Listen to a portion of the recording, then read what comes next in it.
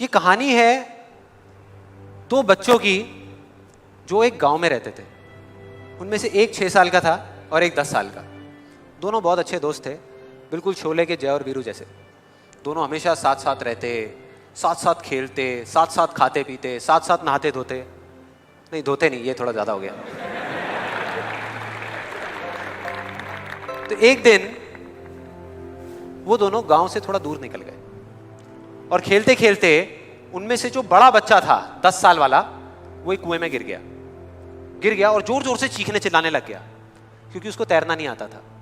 अब जो दूसरा बच्चा था, छोटा सा 6 साल का, उसने अपने आसपास में देखा और उसको कोई नजर नहीं आया, उसको कोई नहीं दिखा जिसको कि वो बुला सके हेल्प के लिए। और फिर उसकी नजर पड़ी एक बाल्टी पे जिस पे एक रस्सी बंधी हुई थी। उसने एक सेकंड भी वेस्ट नहीं किया, उस बाल्टी को उठा करके कुएं में फेंक दिया और अपने दोस्त को बोला कि पकड़ ले इसको। उसके दोस्त ने पकड़ा और वो अपनी पूरी ताकत लगा करके पागलों की तरह उसको खींचने लगा। खींचता रहा, अपनी पूरी जान लगा दी उसने। छोटे से बच्चे ने, 6 साल के और 10 साल के बच्चे ने उस बाल्टी को पकड़ा हुआ था। खींचता रहा और तब तक नहीं रुका जब तक उसने अपने दोस्त को बचा नहीं लिया, जब तक वो बाहर नहीं आ गया। अब यहां तक तो ठीक था, यहां तक तो ये कहानी समझ आती है।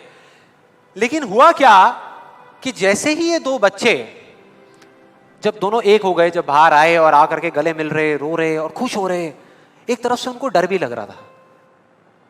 डर था कि अब गांव जाएंगे तो बहुत पिटाई होगी जब उनको बताएंगे कि ऐसे हम कुएं में गिर गए और ये सब चीजें हुई। लेकिन मजे की बात, ऐसा कुछ भी नहीं हुआ।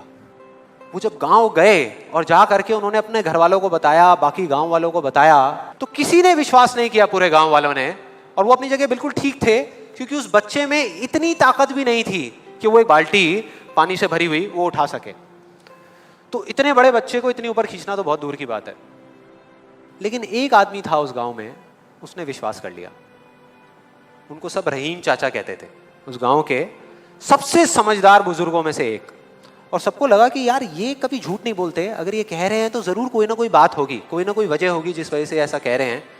और फिर सारे गांव वाले इकट्ठे होकर के उनके पास में गए और जा करके बोले कि देखो जी, हमें तो कुछ समझ आ नहीं रहा, आप ही बता दो कि ऐसा कैसे हो सकता है। तो उनको हंसी आ गई। वो बोले कि यार इसमें मैं क्या बताऊं, वो बच्चा बता तो रहा है उसने कैसे किया।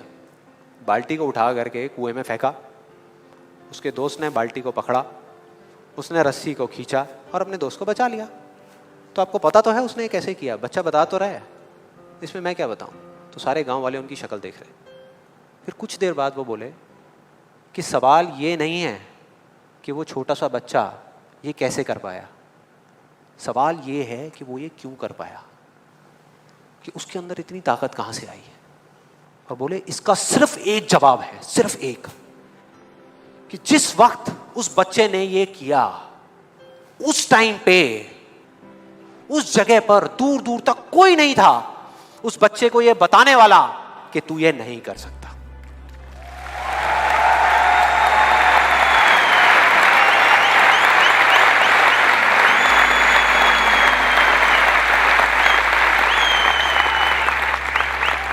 बोले कोई नहीं था, कोई नहीं, यहां तक कि वो खुद भी नहीं, वो खुद भी नहीं।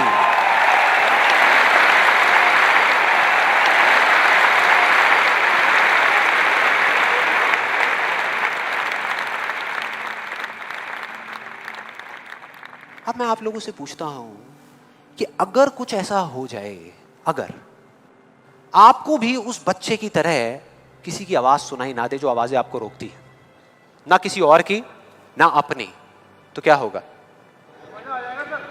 मजा आ जाएगा, राइट? उस बच्चे की तरह आपको भी कोई नहीं रोक पाएगा। You'll be unstoppable, right? Yes और नो? यस और नो? यस और नो?